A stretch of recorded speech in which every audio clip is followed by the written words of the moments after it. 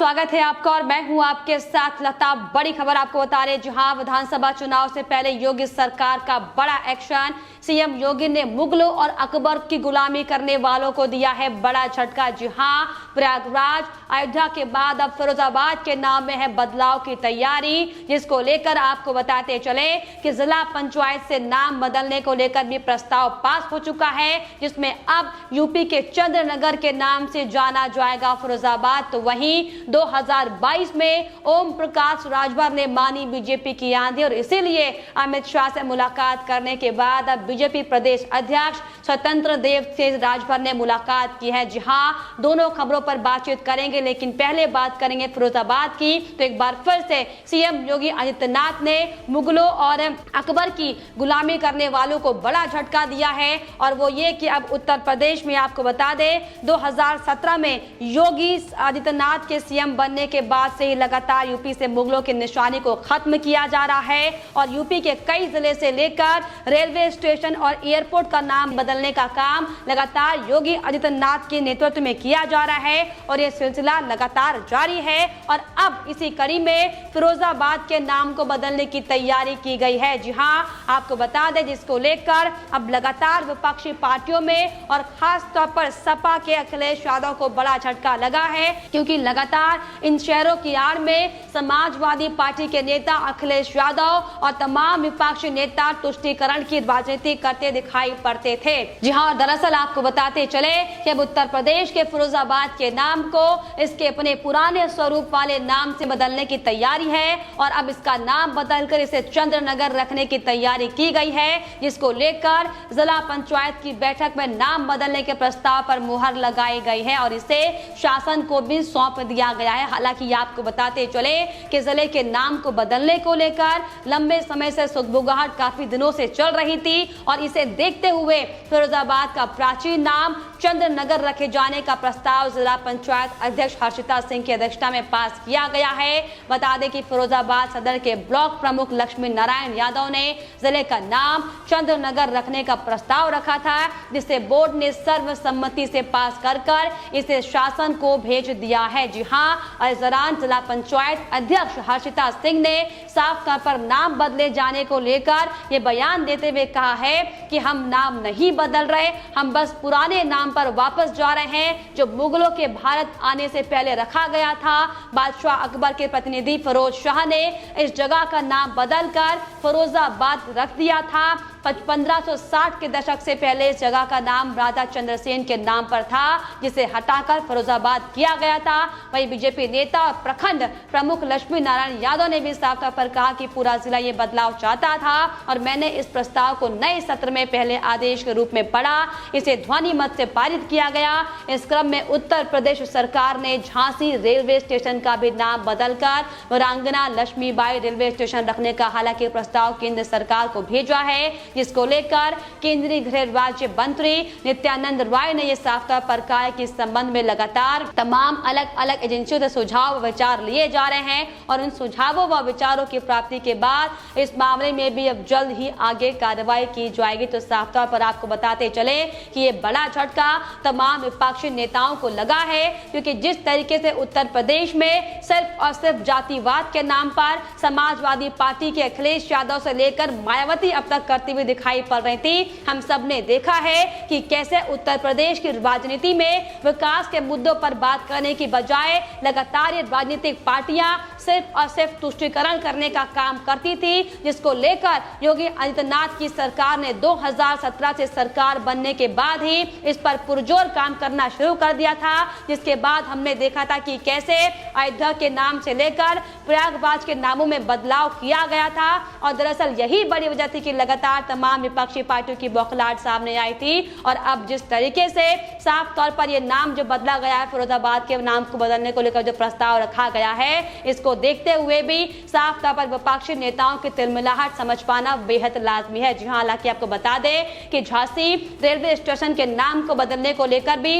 इसे पहले प्रस्ताव रखा गया था, और ये कोई पहला मामला नहीं है। इसके पहले भी मुगल सराय रेलवे स्टेशन का नाम बदलकर पंडित दीनदयाल उपाध्याय स्टेशन रखा गया था। इलाहाबाद शहर का नाम बदलकर प्रयागराज में इसे तब्दील किया गया था, जबकि आपको बताते चले कि फैजाबाद का नाम बदलकर इसे अयोध्या किया गया था और अब फिरोजाबाद जिले के नाम को बदलने की तैयारी हो गई है, जिसमें इसे चंद्रनगर किए जाने को लेकर जिला पंचायत बोर्ड की बैठक में इस प्रस्ताव को पास करने का सर्वसम्मति से पास करके इसे शासन को भेज दिया गया है। तो लगातार आपको बताते चले कि उत्तर प्रदेश में सिर्फ और सिर्फ तुष्टीकरण की राजनीति अब तक होती थी और दरअसल यही बड़ी वजह है कि अब 2022 के विधानसभा चुनाव को लेकर भी तमाम राजनीतिक नेता एड़ी चोटी का जोर लगाते हुए दिखाई पड़ रहे हैं। कहीं समाजवादी पार्टी और बहुजन समाज पार्टी लगातार ब्राह्मण वोटों को रिझाने में लगी हुई है, तो वहीं कांग्रेस पार्टी की ओर से भी लगातार दलितों को लेकर, उन्हें रिझाने को लेकर तमाम तरह की रैलियां निकाली जा रही हैं। और इसी कड़ी में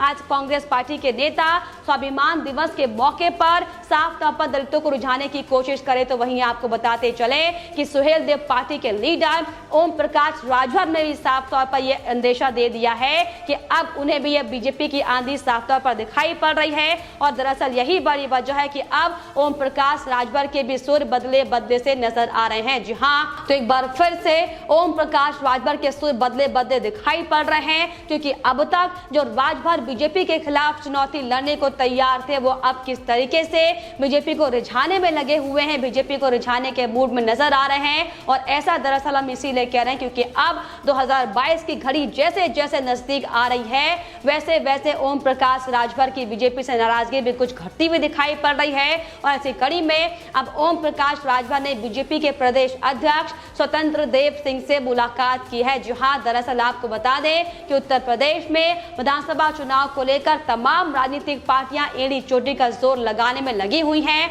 किस तरीके से तमाम अलग अलग वोटों को रिझाया जाए और कैसे छोटे छोटे दल भी मजबूत पार्टियों के सहारे उनसे हाथ मिलाकर खुद की सरकार बनाने का सपना देख रहे हैं। लेकिन दांव कहां लगाया जाए, इसको लेकर भी लगातार समीकरण साधने की कोशिश में तमाम राजनीतिक पार्टियां दल जुटे हुए हैं। और ऐसे में अब एक बार फिर से सुहेल देव पार्टी के लीडर ओम प्रकाश राजभर की भी तिलमिलाहट सामने आती हुई दिखाई पड़ रही है। और वो ये कि अब तक ओवैसी के साथ हाथ मिलाकर बीजेपी के खिलाफ चुनावी जंग की लड़ाई लड़ने की बात कहने वाले राजभर बीजेपी की आंधी को देखते हुए बीजेपी से हाथ मिलाने की कोशिश में जुटे हुए हैं। जी हां, जिसकी बानगी आज एक बार फिर से सामने आई जब ओम प्रकाश राजभर ने बीजेपी के यूपी प्रदेश अध्यक्ष स्वतंत्र देव सिंह से मुलाकात की है। जी हां, हालांकि आपको बता दें इस मुलाकात के दौरान उत्तर प्रदेश बीजेपी उपाध्यक्ष दयाशंकर भी साथ में मौजूद रहे और यह मुलाकात करीब 1 घंटे तक चली थी, जिसमें इस मुलाकात में कई विषयों पर हालांकि चर्चा की गई है। लेकिन अब इस मुलाकात को लेकर सियासी गलियारों में लगातार चर्चाएं तेज हो गई हैं कि क्या अब राजभर बीजेपी के साथ गठबंधन करने के लिए बीजेपी नेताओं पर डोरे डालते दिखाई पड़ रहे हैं और अपनी शर्तों को सरकार के सामने रखकर एक बार फिर से गठबंधन का दरवाजा खोलने के संकेत देते नजर आ रहे हैं। जी हां, और अपनी सहयोगी दल को झटका देते हुए राजभर ये कहते हुए दिखाई पड़ रहे हैं कि अगर स्थितियां ऐसी बनेंगी तो वो ओवैसी को भी समझाने का काम करेंगे। दरअसल आपको बता दें कि राजभर ने अपनी कई शर्तें बीजेपी के सामने रखी हैं, जिसमें सामाजिक न्याय समिति की रिपोर्ट को लागू करना, इसके अलावा पिछड़े वर्ग के सीएम का ऐलान हो, महिलाओं को 33% आरक्षण दिया जाए, तमाम अन्य बिंदुओं को सामने रखकर एक बार फिर से राजभर ने साफ तौर पर यह संदेशा दे दिया है कि वो अब घबराहट में है। लेकिन जिस तरीके से आज राजभर ने बीजेपी अध्यक्ष से मुलाकात की है, हालांकि राजभर इसे भ्रष्टाचार मुलाकात जरूर बता रहे हो, लेकिन आपको बता दें कि चुनाव से ठीक पहले अपने प्रतिद्वंद्वियों से मुलाकात करना इस बात की ओर इशारा करता है कि साफ तौर पर ओम प्रकाश राजभर ओवैसी के साथ जाने में करारी हार अब से उनको दिखाई पड़ रही है। और दरअसल यही बड़ी वजह है कि अब एक बार फिर से ओम प्रकाश राजभर भारतीय जनता पार्टी के साथ सरकार बनाने के सपने भले ही देख रहे हो, लेकिन आपको बताते चले कि सपना उनका धरा का धरा रह जाने वाला है। और दरअसल यही बड़ी वजह है कि लगातार उत्तर प्रदेश में अपनी बिसात बिछाने की कोशिश ओम प्रकाश राजभर कभी ओवैसी के साथ गठबंधन करते हुए दिखाई पड़ते हुए उसमें ढूंढ रहे हैं, तो कभी भारतीय जनता पार्टी के साथ सहयोगी दल बनकर साफ तौर पर सरकार बनाने का सपना जो ओम प्रकाश राजभर अब देखते हुए दिखाई पड़ रहे हैं। हालांकि आपको बता दें कि उनका सपना ये साकार नहीं होने वाला है। और दरअसल यही बड़ी वजह है कि लगातार अब से ओम प्रकाश राजभर अपने बयान में ये कहते हुए दिखाई पड़ रहे हैं कि जो शिष्टाचार मुलाकात है हमारे व्यक्तिगत संबंध हैं और इसी आधार पर हमने मुलाकात की है। लेकिन आपको बता दें क्योंकि विधानसभा चुनाव अब सिर पर है और ऐसे में अलग अलग दलों की मुलाकात को लेकर तमाम सियासी हलचल राजनीतिक गलियारों में साफ तौर पर गूंजती हुई दिखाई पड़ती है। और अब दरअसल यही बड़ी वजह है कि ओम प्रकाश राजभर को लेकर भी अब लगातार ये सवाल खड़े हो रहे हैं कि क्या ओम प्रकाश राजभर अब अपने सहयोगी दल ओवैसी का साथ छोड़ देंगे और क्या सिर्फ और सिर्फ सत्ता की लालच में बीजेपी के साथ गठबंधन करने की तैयारी में। लेकिन आपको बताते चले कि जिस तरीके से योगी सरकार एक के बाद एक बड़े एक्शन उत्तर प्रदेश में करती हुई दिखाई पड़ रही है, जिस तरीके से अगर हम चाहे तमाम पिछले पुराने मामलों को लें, फिर चाहे वो कोविड का मामला क्यों ना हो, पर चाहे वो जिस तरीके से सिर्फ और सिर्फ मुगलों और अकबर की शासन की तारीफ करने वाले लोगों को बड़ा झटके देने वाले मामले क्यों ना हो, दरअसल यही बड़ी वजह है कि लगातार उत्तर प्रदेश में योगी सरकार की सराहना लगातार हो रही है और उनको लेकर लोकप्रियता लगातार लोगों में बढ़ती जा रही है। लेकिन आपको बताते चले कि जिस तरीके से एक के बाद एक बड़ा एक्शन योगी सरकार उत्तर प्रदेश में करती हुई दिखाई पड़ रही है, ये साफ तौर पर स्पष्ट हो जाता है कि आगामी विधानसभा 2022 को लेकर तो तमाम अखिलेश यादव से लेकर मायावती से लेकर तमाम कांग्रेस के राहुल गांधी, प्रियंका गांधी जो उत्तर प्रदेश में अपनी चुनावी बिसात बिछाने की कोशिश कर रहे हैं, उन्हें साफ तौर पर बड़ा झटका मिलने वाला है। और दरअसल यही बड़ी वजह है कि अब धरातल पर काम करने की बजाय सिर्फ और सिर्फ जातिवाद के वोट बैंकों पर प्रहार करने का काम तमाम विपक्षी नेता करते हुए दिखाई पड़ रहे हैं। लेकिन आपको बताते चले कि दरअसल ये विपक्षियों का वो डर है जो लगातार अब चुनाव से ठीक पहले सामने आ रहा है, क्योंकि जिस तरीके से योगी सरकार के नेतृत्व में एक के बाद एक बड़े फैसले लिए जा रहे हैं, फिर चाहे वो फैसले मुगल शासक और अकबर शासन की गुलामी करने के खिलाफ क्यों ना हो, फिर चाहे वो फैसले अन्य मुद्दों को लेकर क्यों ना हो। लेकिन आपको बता दें दरअसल अब अखिलेश यादव को बड़ा झटका लगा है, क्योंकि जिस तरीके से अब तक वो इन तमाम नामों को लेकर जो तुष्टीकरण करने का काम किया करते थे, अब वो नहीं कर पाएंगे। और दरअसल यही बड़ी वजह है कि उत्तर प्रदेश में लगातार विपक्षी पार्टी के तमाम अलग अलग दल के चेहरे छटपटाते हुए और तिलमिलाते हुए नजर आ रहे हैं। लेकिन फिलहाल इस पर आपकी क्या राय है, हमें कमेंट बॉक्स में जरूर लिखिएगा। साथ ही साथ हमारे चैनल को सब्सक्राइब करना भी ना भूलें।